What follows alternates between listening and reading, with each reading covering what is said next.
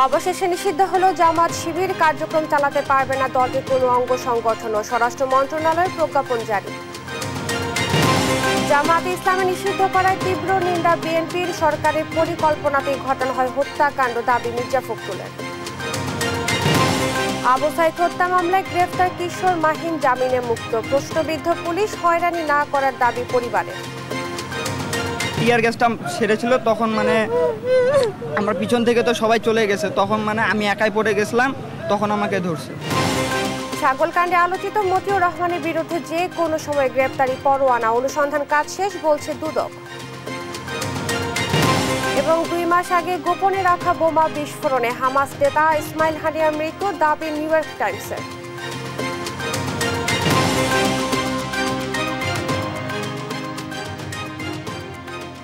দেখছিলেন সংবাদ শিরোনাম, সঙ্গে আছি আমি ইশরাত জাহান মনি। এবারে বিস্তারিত।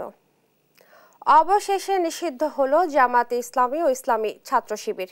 বৃহস্পতিবার বিকেলে প্রজ্ঞাপন জারি করে স্বরাষ্ট্র মন্ত্রণালয়।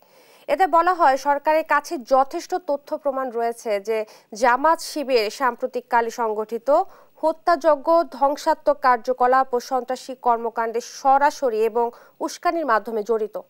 সেজন্য সন্ত্রাস বিরোধী আইন অনুযায়ী তাদের কার্যক্রম নিষিদ্ধ ঘোষণা করা হয়।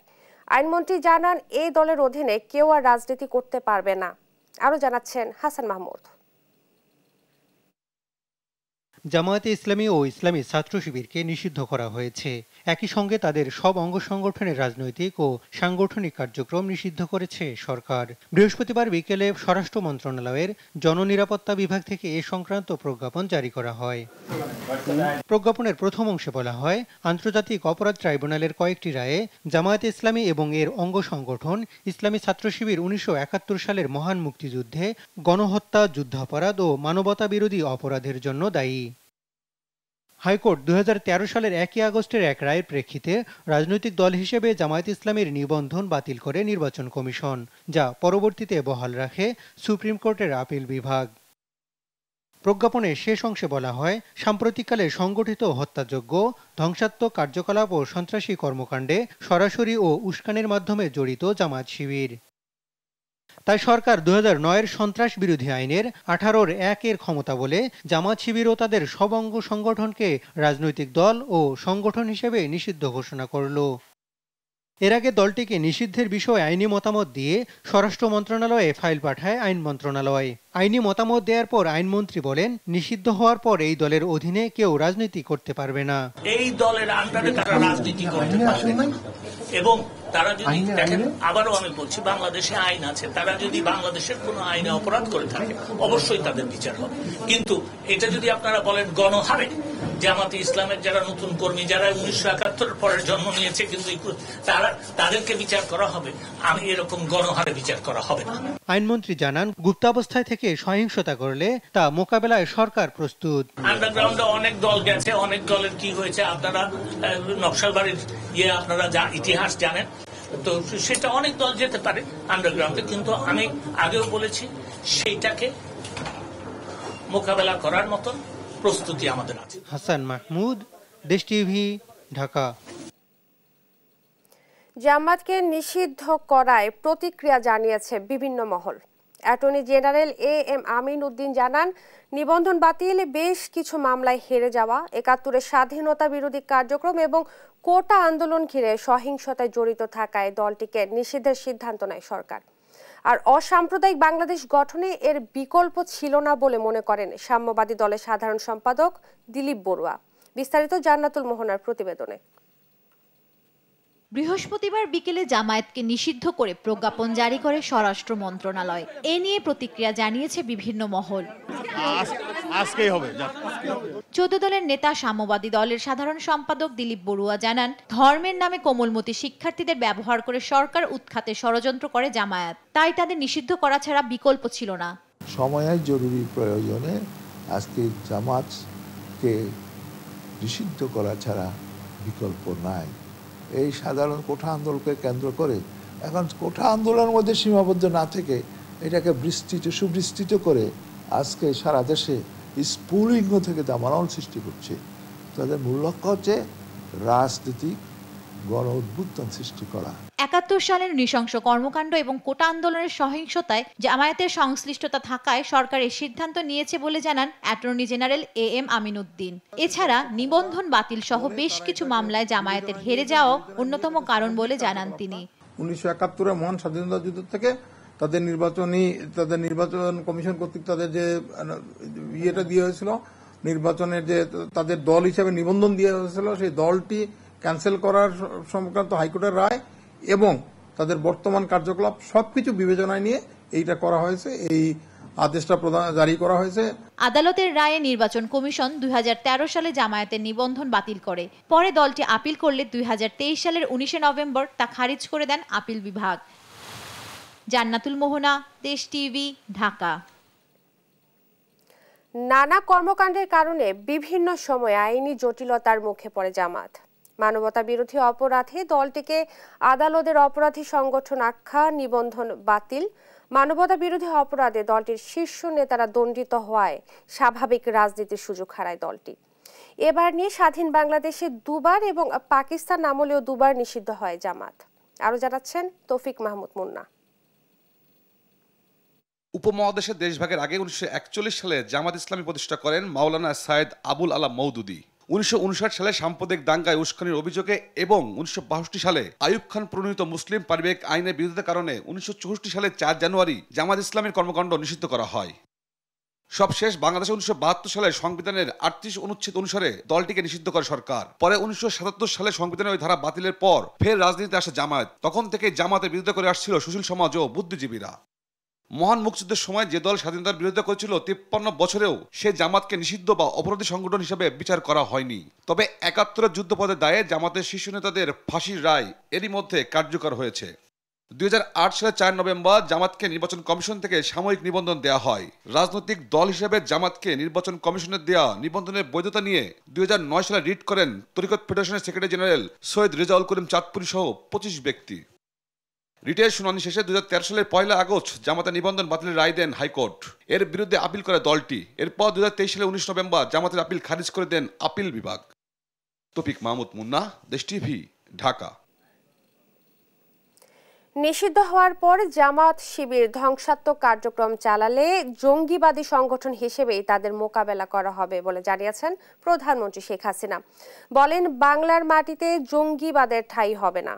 ছাত্রদের দাবি মেনে নেয়ার পরও কেন আন্দোলন আর বুদ্ধিজীবীরাই বা কেন সমর্থন দিচ্ছেন, এমন প্রশ্ন রাখেন প্রধানমন্ত্রী। কৃষক লীগের শোকাবহ আগস্টের আলোচনায় এসব কথা বলেন তিনি। জয় যাদবের রিপোর্টে বিস্তারিত। শোকের মাস আগস্টের প্রথম দিন রাজধানীর কৃষিবিদ ইনস্টিটিউশন মিলনায়তনে 15ই আগস্ট স্মরণে কৃষক লীগের আলোচনা সভা শুরু হয় 1 মিনিট নীরবতা পালনের মধ্য দিয়ে। সভায় প্রধান অতিথির বক্তৃতায় সংগঠনটির সাংগঠনিক নেত্রী প্রধানমন্ত্রী শেখ হাসিনা বলেন, জাতির ইতিহাসে কলঙ্কময় অধ্যায় ৭৫-এর 15ই আগস্ট। জাতির পিতা তার রক্ত দিয়ে রক্তঋণ শোধ করে গেছেন। শেখ হাসিনা বলেন, দেশ যখন এগিয়ে যাচ্ছে, বহির্বিশ্বে সম্মান পাচ্ছে, মানুষের জীবন মান উন্নত হচ্ছে, তখনও পিছু ছাড়েনি পরাজিত শক্তি। ওই পাকিস্তানের প্রেতাত্মা ওগুলি এখনো ছাড়েনি। সেখানে ধর্মান্ধতা এবং এই কুপমণ্ডকতা দিয়ে একটা শ্রেণী কিন্তু ধীরে ধীরে সকলের অজান্তেই গড়ে উঠেছে। শতভাগ দাবি মেনে নেওয়ার পরও কেন, কিসের স্বার্থে আন্দোলন? প্রশ্ন সরকার প্রধানের। গাজীপুরের জাহাঙ্গীর ও মিছিলে আসছিল গাড়ি নিয়ে, সেখানে তাকে মারল। তার সাথে যে সাথী তাকে তো মেরে হাসপাতাল থেকে বের করে পা বেঁধে ঝুলিয়ে গুলি করলো। আর জাহাঙ্গীরকে এমনভাবে মেরেছিল, ও আমাকে ফোন করেছে আর বললো যে আপা আমি কিন্তু বাঁচবো না, আমার উপরে হামলা হচ্ছে, সেখানে আমাকে বাঁচান।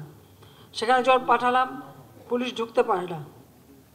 আর সেখানে কিন্তু সব অস্ত্রধারী সব ওই বিল্ডিং ঢুকে সব কিছু তছনছ করেছে। এরপরে হেলিকপ্টার দিয়ে কোনোভাবে তাকে উদ্ধার করে হাসপাতালে নেওয়া হলো। এটা কোন ধরনের তাণ্ডব, এটা কোন ধরনের আন্দোলন? আর এই আন্দোলনকে আবার আমাদের অনেক জ্ঞানী গুণী বুদ্ধিজীবীরা সমর্থন দিয়ে যাচ্ছে। কিসের সমর্থনটা দিচ্ছে? প্রধানমন্ত্রী জানান, কোটা আন্দোলনে চারিদিক থেকে ঢুকে জঙ্গিরা হত্যাকাণ্ড চালায়। বলেন, এর মদতদাতাদের বিরুদ্ধে ব্যবস্থা নিতেই হবে। জাতিসংঘকে আমি আবেদন করেছি যে তারা তাদের বিশেষজ্ঞ পাঠাক, অন্য কোনো দেশ যদি চায় তারা বিশেষজ্ঞ পাঠাক, কারণ আমি চাই এই ঘটনাগুলির সুষ্ঠু তদন্ত, সে যেই দায়ী থাক তার বিরুদ্ধে ব্যবস্থা নিতে হবে। জঙ্গিবাদ সন্ত্রাসের স্থান বাংলাদেশে হবে না জানিয়ে বঙ্গবন্ধু কন্যা বলেন, জামাত শিবিরের বিরুদ্ধে সবাইকে ঐক্যবদ্ধ হতে হবে। ওই জামাতে ইসলামী এবং শিবির এদেরকে ব্যান করে দেওয়া, এরা তো জঙ্গিবাদী হিসেবে আন্ডারগ্রাউন্ডে যে আবার ধ্বংস করার চেষ্টা করবে, কিন্তু সেখানে ওই জঙ্গি সংগঠন হিসেবে এদেরকে মোকাবেলা করা এবং মানুষকে রক্ষা করার চেষ্টা সকলকে মিলে করতে হবে। অপপ্রচার চালিয়ে যারা দেশের সম্মান নষ্ট করছে তাদের বিরুদ্ধে দেশবাসীকে সজাগ থাকার আহ্বান জানান প্রধানমন্ত্রী শেখ হাসিনা। সবাইকে সজাগ থাকতে হবে। জয় যাদব, দেশ টিভি, ঢাকা। জামাতে ইসলামীকে নিষিদ্ধ করায় তীব্র নিন্দা ও প্রতিবাদ জানিয়েছে বাংলাদেশের অন্যতম প্রধান বিরোধী রাজনৈতিক দল বিএনপি। বৃহস্পতিবার গণমাধ্যমে পাঠানো এক বিবৃতিতে জামাত প্রসঙ্গে নিজেদের অবস্থান জানায় বিএনপি। সেখানে অভিযোগ করা হয়, সাম্প্রতিক সহিংসতা ও হত্যাযজ্ঞে নিজেদের দায় আড়াল করতে এমন সিদ্ধান্ত নেয় ক্ষমতাসীন আওয়ামী লীগ সরকার। বলা হয়, চক্রান্ত করে তারা নিজেদের দায় এড়াতে পারে না। সরকারের নির্দেশ ও পরিকল্পনাতে ইতিহাসের জঘন্যতম হত্যাকাণ্ড ঘটানো হয়েছে বলে দাবি করা হয় বিবৃতিতে। ডিবি হেফাজতে থাকা বৈষম্য বিরোধী ছাত্র আন্দোলনের 6 সমন্বয়ককে ছেড়ে দেওয়া হয়েছে। পরিবারের সদস্যদের কাছে তাদেরকে তুলে দেওয়া হয়। বৃহস্পতিবার দুপুরে ডিবি কার্যালয় থেকে বেরিয়ে যান তারা। এদিকে সারা দেশে আটক সব শিক্ষার্থীদের মুক্তি এবং নিহতদের বিচারের দাবিতে ডিবি অফিসের সামনে মানববন্ধন করেছে বিক্ষুব্ধ নাগরিক সমাজ। বিস্তারিত মাজহারুল ইসলামের রিপোর্টে। গেল সপ্তাহে বৈষম্য বিরোধী ছাত্র আন্দোলনের প্রধান 6 সমন্বয়কে তুলে নিয়ে যায় ডিবি পুলিশ। পরে জানানো হয়, নিরাপত্তার স্বার্থে তাদেরকে হেফাজতে নেওয়া হয়। এ সময় হেফাজতে থাকা অবস্থায় সমন্বয়করা আন্দোলন বন্ধের ঘোষণা দিলেও আন্দোলন চালিয়ে যাওয়ার ঘোষণা দেয় অন্য সমন্বয়করা। নিরাপত্তার কথা বলে কাউকে দীর্ঘ সময় আটক রাখা যায় কিনা এমন প্রশ্ন করেন উচ্চ আদালতের একদল আইনজীবী। মানববন্ধন করেন নাগরিক সমাজের সদস্যরাও। উচ্চ আদালতে রিটের শুনানির আগেই পরিবারের হেফাজতে ছেড়ে দেওয়া হলো 6 সমন্বয়ককে। এ নিয়ে গণমাধ্যমের সাথে কথা বলতে রাজি হননি সমন্বয়ক এবং পরিবারের সদস্যরা। এদিকে দেশের বিভিন্ন জায়গায় আটক সব শিক্ষার্থীদের মুক্তি এবং হত্যার বিচার চেয়ে মানববন্ধন করেছে বিক্ষুব্ধ নাগরিক সমাজ। এ সময় তারা অভিযোগ করেন, পুলিশ তাদের ক্ষমতার অপব্যবহার করে শিক্ষার্থী এবং সাধারণ মানুষকে গণহারে গ্রেফতার করছে। আজকে এখানে দাবি করছি, আগামী 24 ঘন্টার ভিতরে যে যেখানে আটক আছে, ঢাকার বাইরে বিভিন্ন অঞ্চলে বিনা বিচারে কোনো ধরনের আইনানুগ ব্যবস্থা ছাড়া তাদের সকলকে অনতিবিলম্বে মুক্তি দিতে হবে। এইটা হলো প্রধান দাবি। শিশু সহ, যারা অপ্রাপ্তবয়স্ক সহ, শিক্ষার্থী সহ, শিক্ষকদের সহ, সাধারণ মানুষ সহ যাদেরকে আটক রাখা হয়েছে, তাদের উপর নির্বিচারে হত্যা করা হয়েছে, সকলের ন্যায় বিচার নিশ্চিত করুন, আটকদেরকে মুক্ত দিন। যদি হত্যার বিচার না করা হয়, যদি শিক্ষাঙ্গন খুলে না হয় অবিলম্বে, তাহলে আমাদের নাগরিক সমাজের আরো বৃহত্তর কর্মসূচি থাকবে। এ সময় জাতিসংঘের তত্ত্বাবধানে সব হত্যার বিচার দাবি করেন তারা। মাজহারুল ইসলাম, দেশ টিভি, ঢাকা। কোটা আন্দোলনে শিক্ষার্থী সহ 2 শতাধিক মানুষের মৃত্যুর ঘটনাকে ন্যাক্কারজনক বলছেন বিশ্ববিদ্যালয় শিক্ষকরা। বৃহস্পতিবার বিকেলে ঢাকা বিশ্ববিদ্যালয়ের অপরাজেয় বাংলায় নিপীড়ন বিরোধী শিক্ষক সমাবেশে কথা বলেন তারা। এদিকে শিক্ষকদের কোনো ধরনের নির্যাতন করলে সমুচিত জবাব দেওয়ার হুঁশিয়ারি দিয়েছেন আন্দোলনরত শিক্ষার্থীরা। শাহাদাত নিশাদের সহযোগিতায় জান্নাতুল মোহনের প্রতিবেদন। বৃহস্পতিবার সকালে ঢাকা বিশ্ববিদ্যালয়ের অপরাজেয় বাংলার সামনে নিপীড়ন বিরোধী শিক্ষক সমাবেশে যোগ দেন বিশ্ববিদ্যালয়ের শিক্ষকদের একাংশ। এ সময় শিক্ষার্থীদের প্রতিটি দাবির প্রতি সমর্থন জানান তারা। শিক্ষকের উপর হামলা কেন? গ্রেফতার বন্ধ করে দ্রুত জাতিসংঘের মাধ্যমে তদন্ত করে বিচারের ব্যবস্থা করার দাবি তোলেন শিক্ষকরা। সেই সঙ্গে ক্যাম্পাস থেকে বৃহস্পতিবারের মধ্যে আইন শৃঙ্খলা বাহিনী সরিয়ে নেওয়ারও দাবি জানান তারা। অতি দ্রুত আপনারা এইখান থেকে এখান থেকে এই বিচারগুলো নিশ্চিত করবেন স্বচ্ছভাবে, সেটি জাতিসংঘের মাধ্যমে হোক, গণকমিশনের মাধ্যমে হোক, কিন্তু সরকারের মাধ্যমে না।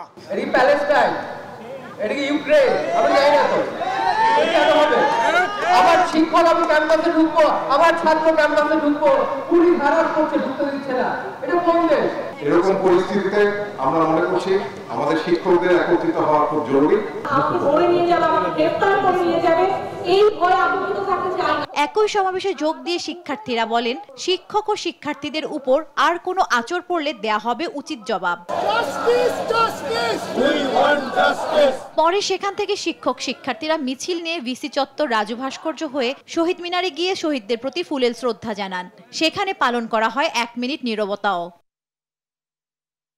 এদিকে বেলা 12টায় ঢাকা বিশ্ববিদ্যালয় ক্লাবে সংবাদ সম্মেলন করেন ঢাবি নীল দলের শিক্ষকেরা। এতে শিক্ষার্থীদের পাশে থেকে আইনি এবং চিকিৎসা সহায়তা দেয়া হচ্ছে বলে জানান তারা। নিরপরাধ ব্যক্তিদের গ্রেপ্তার এবং হয়রানি না করার জন্য সংশ্লিষ্ট সকলের প্রতি আহ্বান জানাচ্ছি। সারাক্ষণই আমরা শিক্ষার্থীদের পাশে আছি, তাদের যে কোনো ধরনের আইনি এবং চিকিৎসা সহায়তা কিন্তু আমরা প্রদান করে যাচ্ছি। তাদের দাবি, একটি স্বার্থান্বেষী মহল সামাজিক যোগাযোগ মাধ্যমে শিক্ষার্থীদেরকে শিক্ষকদের বিপক্ষে দাঁড় করানোর অপচেষ্টা চালাচ্ছে। এই বিষয়টাকে কেন্দ্র করে কিন্তু রাজনীতি হচ্ছে, শিক্ষার্থীদেরকে শিক্ষকদের মুখোমুখি দাঁড় করানোর চেষ্টা করা হচ্ছে। কেউ কেউ হয়তো আপনার অপরাজয় বাংলায় দাঁড়িয়ে শুধু বক্তব্যই রাখছে, আমরা কিন্তু আমাদের কাজের কাজটা করছি। ক্যাম্পাসে অনাকাঙ্ক্ষিত ঘটনার সুষ্ঠু তদন্ত সহ শিক্ষার পরিবেশ নিশ্চিতে ঢাকা বিশ্ববিদ্যালয় প্রশাসনের প্রতি 3টি দাবি জানান তারা।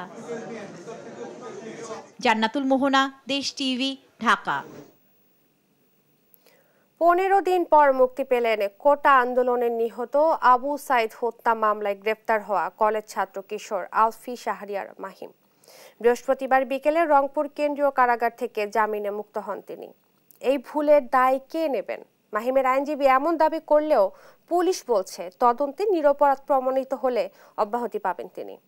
আর এই ঘটনায় নিরপরাধ মাহিমকে হয়রানি না করার দাবি পরিবারের। রংপুর থেকে রফিকুল ইসলামের প্রতিবেদন, ছবি তুলেছেন মাহমুদ রকি। গেল 18 জুলাই আন্দোলনের সময় তাজহাট থানা এলাকা থেকে Rangpur police lines school and কলেজের শিক্ষার্থী কিশোর মাহিমকে গ্রেফতার করে পুলিশ। পরের দিন 19 বছর বয়স লিখে আদালতে পাঠালে শুনানি শেষে তাকে কারাগারে পাঠানোর নির্দেশ দেন বিচারক। জামিনে মুক্তি পাওয়ার পর বিষয়টি নিয়ে কথা বলেন মাহিমও।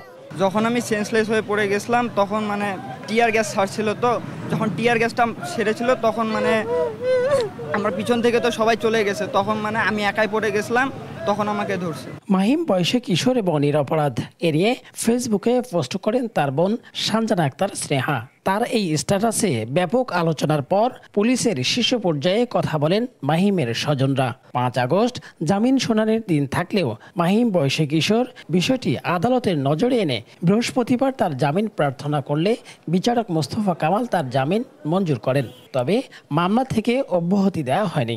আজকে আদালতে আমরা আগাম জামিন শুনানির জন্য দরখাস্ত করেছি। দরখাস্ত করার পর সেটা শুনানি হয়েছে।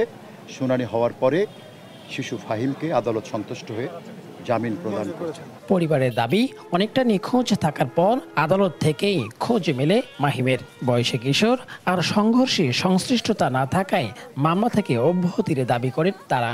ব্যবস্থা নেওয়ার আশ্বাস পুলিশের। জামিন দিল ঠিকই আছে, কিন্তু জামিনে কি আসলে মুক্তি? তাকে এই যে মামলা থেকে প্রত্যাহার করলো না, তার সে যে একজন শিক্ষার্থী, তার জীবনে কি এই মামলাটার দাগ থাকবে না? আমার বাড়ি তো ওখানে, আমার ছেলে ওখানে থাকবে না, কোথায় থাকবে? তাহলে সেখান থেকে কেন আমার ছেলেকে ধরে নিয়ে আসা হলো? আবার আমাদেরকে কেন জানানো হয় নাই? এই মামলা থেকে আমি সম্পূর্ণভাবে অব্যাহতি চাচ্ছি যে আমার এই ছেলে যে উপরে যাতে কোনো আর অভিযোগ না থাকে, নির্দোষ ছিল, যে সে নির্দোষ। অরিজিনাল বয়স হচ্ছে 17 বছর, তাই না? কিন্তু দেখানো হয়েছে 20 বছর। এই বিষয়টি সোশ্যাল মিডিয়ার মাধ্যমে জানার সাথে সাথে আমি ব্যক্তিগতভাবে ওর পরিবারের সাথে যোগাযোগ করি সাংবাদিকদের মাধ্যমেই, এবং এখান থেকে আমরা তাদেরকে আদালতে পাঠিয়েছি। আমরা আশা করছি যে আদালতের প্রক্রিয়াতেই খুব দ্রুততম সময়ের মধ্যেই এই বিষয়টির অবসান হবে। শিক্ষার্থীদের এভাবে গ্রেফতার না করতে আইনশৃঙ্খলা বাহিনীর প্রতি আহ্বান জানান রংপুরের বিশিষ্টজনরা। রফিকুল ইসলাম, দেশ টিভি, রংপুর। শিক্ষার্থীদের চলমান আন্দোলনের সমর্থনে এবার মাঠে নেমেছেন দেশের জনপ্রিয় শিল্পীরা। বৃষ্টিতে ভিজে প্রতিবাদ সমাবেশে অংশ নেন শতাধিক শিল্পী। জানান, শিক্ষার্থীদের যৌক্তিক দাবির সুষ্ঠু সমাধান না করা পর্যন্ত মাঠে থাকবেন তারা।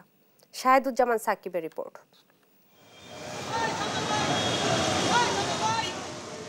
হত্যা, সহিংসতা ও গণগ্রেফতারের প্রতিবাদে দৃশ্য মাধ্যম শিল্পী সমাজের ব্যানারে প্রতিবাদ সমাবেশে অংশ নেন শতাধিক শিল্পী।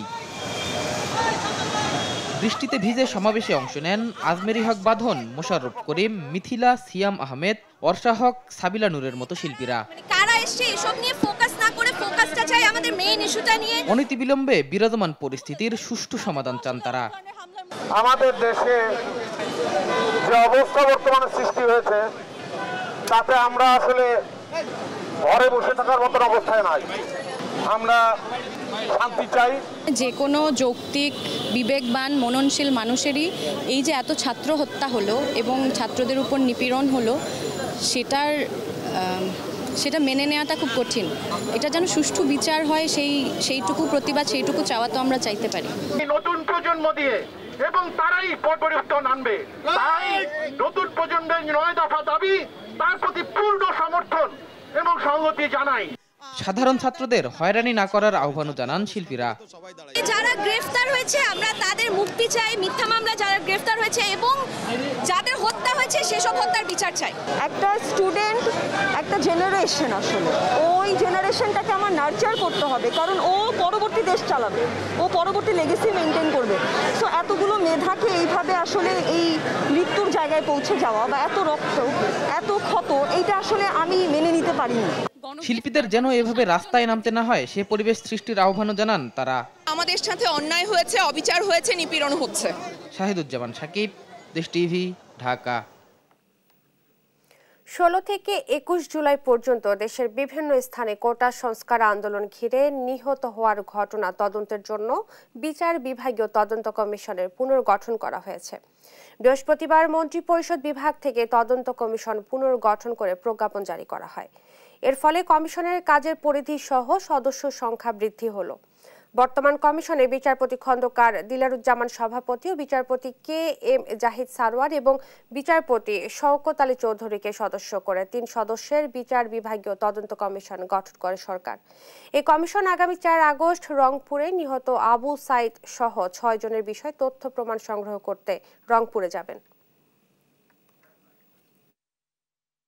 আগস্ট 2024 সোমবারে সাইদের বিষয়ে সকাল 9টা থেকে আমরা সাক্ষ্য গ্রহণ করব রংপুর সার্কিট হাউসে।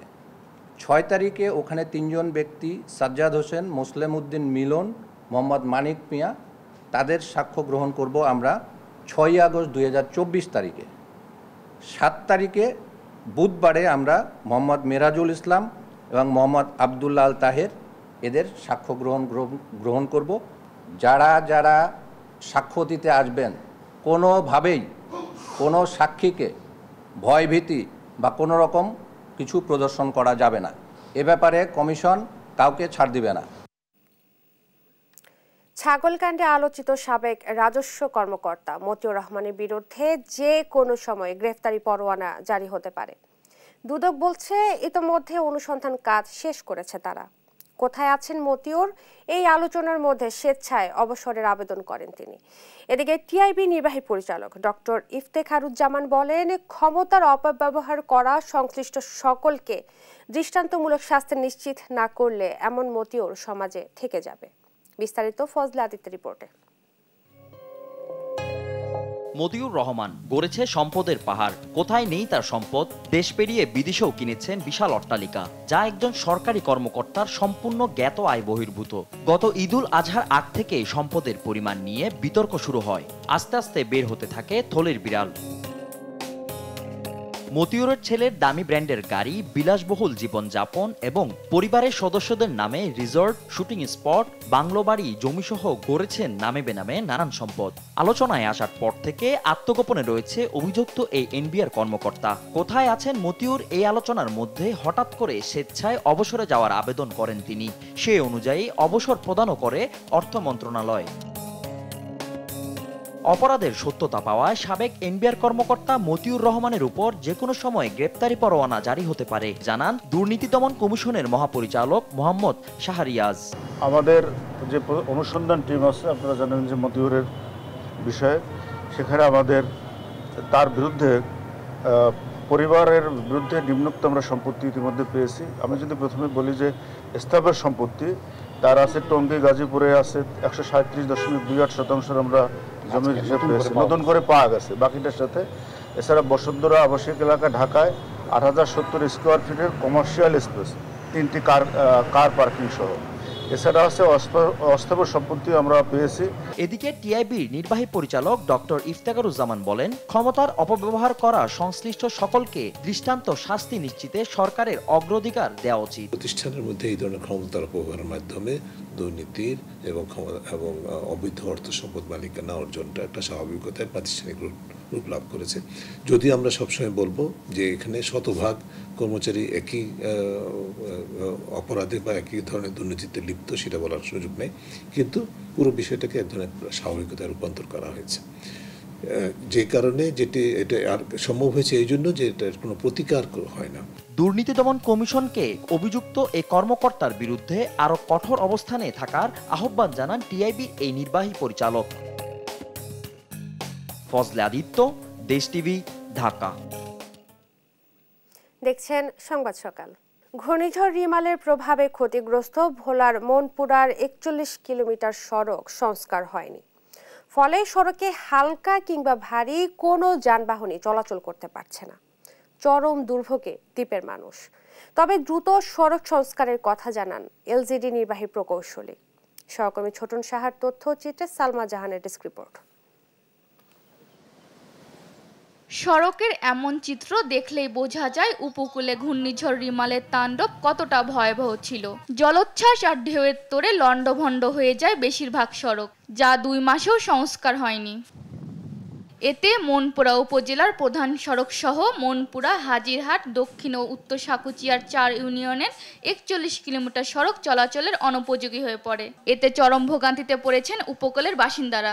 অতিরিক্ত পানির কারণে ছুটি ভেঙে গেছে, ভেঙে যাওয়ার ফলে আমরা আমাদের যোগাযোগ ব্যবস্থা খুবই কষ্টকর। আমরা একটা কোম্পানিতে জব করি, বিভিন্ন মালামাল নিয়ে আমরা সেখানে আমাদের মালগুলো নিতে আমাদের অনেক কষ্ট হয়। চলাচল করতে পারি না, যাতায়াতের আরেকটা কাঁচা রাস্তা আছে, ওই রাস্তা দিয়ে আমরা বৃষ্টি হলে আমাদের লোদের জন্য যাওয়া যায় না, গাড়ি নিতে অনেক কষ্ট হয়ে যায়। শুধু চলাচল না, যে কোনো মানুষের যে কোনো জায়গাতে কোনো অসুস্থ রোগী এমনকি তাদের জন্য কিন্তু খুবই বিপজ্জনক। আমরা উপরুষ্ট কর্মকর্তার দৃষ্টি আকর্ষণ করছি, আপনারা দয়া করে আমাদের এই দাসার মাছঘাটের এই রাস্তাগুলো আমরা দয়া করে একটু নির্মাণ করেন। যান চলাচল স্বাভাবিক রাখতে এলাকাবাসী নিজ উদ্যোগে সামান্য সড়ক মেরামত করলেও বেশিরভাগ সড়ক এখনো বেহাল। তবে দ্রুত সড়ক সংস্কার করা হবে বলে জানান এলজিইডির কর্মকর্তা। বর্তমানে আমরা ওই সড়কগুলোকেও আমাদের যে রিমেল পরবর্তীতে একটা প্রকল্প, নতুন প্রকল্পের আওতায় নিয়ে এসে আমরা এগুলা মেরামতের কার্যক্রম আমরা চালু করার জন্য আমাদের উদ্যোগ কর্তৃপক্ষের কাছে সকল তথ্য প্রেরণ করছি এবং প্রকল্প অ্যাপ্রুভ হলে আমরা পরবর্তী কার্যক্রম গ্রহণ করব। মনপুরা উপজেলার ক্ষতিগ্রস্ত সড়কে ক্ষতির পরিমাণ 25 কোটি টাকা। নিউজ ডেস্ক, দেশ টিভি। উজানের ঢলে প্লাবিত কক্সবাজার। পানিতে ডুবেছে 5 উপজেলার 3 শতাধিক গ্রাম। পানিবন্দী দিন কাটাচ্ছে কয়েক লাখ মানুষ। তীব্র হচ্ছে সুপেয় পানি ও খাদ্য সংকট। দুর্গতদের অভিযোগ, এখনো মেলেনি কাঙ্ক্ষিত ত্রাণ। সহকর্মী সৌরভ দেবের রিপোর্টে থাকছে বিস্তারিত। ভারী বৃষ্টি, উজান থেকে নামছে ঢলের পানি, ডুবছে একের পর এক গ্রাম। বিপদসীমার উপর দিয়ে বইছে মাতামুহুরী ও বাকখালী নদী। এমনই দৃশ্য কক্সবাজার নির্মাঞ্চলের। ভোগান্তিতে চকরিয়া, পেকুয়া, রামু, সদর ও উখিয়া উপজেলার 3 শতাধিক গ্রামের কয়েক লাখ মানুষ। সুপেয় পানি ও খাদ্য সংকটে দিন কাটালেও এসব মানুষ পাচ্ছেন না প্রয়োজনীয় সহযোগিতা। অতি বর্ষণ হলে এখানে আমাদের বাকখালী নদীতে মানে গর্জনিয়া পাহাড়ের পানিগুলি এসে আমাদের এলাকা ডুবে যায়। তীব্র পানি আসার কারণে আমাদের বাড়িঘর সবগুলো ডুবে গেছে। রাস্তাঘাটে কুমোরের চাইতেও কুমোরের উপরেও পানি। চলাফেরা করতে মানুষের সার্বিক অবস্থা খুবই কঠিন। এখানে যারা বন্যা প্লাবিত সবাইকে যেন ত্রাণের ব্যবস্থা করা হয়। এমন পরিস্থিতিতে প্রশাসনকে দুর্গতদের পাশে দাঁড়ানোর আহ্বান স্থানীয় জনপ্রতিনিধিদের। সকাল থেকে কিন্তু আমাদের এলাকার কোনো লোকজন বাড়িঘর রান্না করতে পারে নাই হঠাৎ পানি বাড়াতে গ্রামীণ অবকাঠামো রয়েছে, সড়কগুলো রয়েছে, তা সম্পূর্ণ বিধ্বস্ত হয়ে গিয়েছে। আমরা সরকারের কাছে দ্রুত এই এলাকার মানুষের জন্য আমরা সাহায্যের দাবি জানাচ্ছি। উপজেলা প্রশাসন বলছে দুর্গতদের মাঝে শুকনো খাবার সহ জরুরি বিভিন্ন সামগ্রী বিতরণের উদ্যোগ নেওয়া হয়েছে।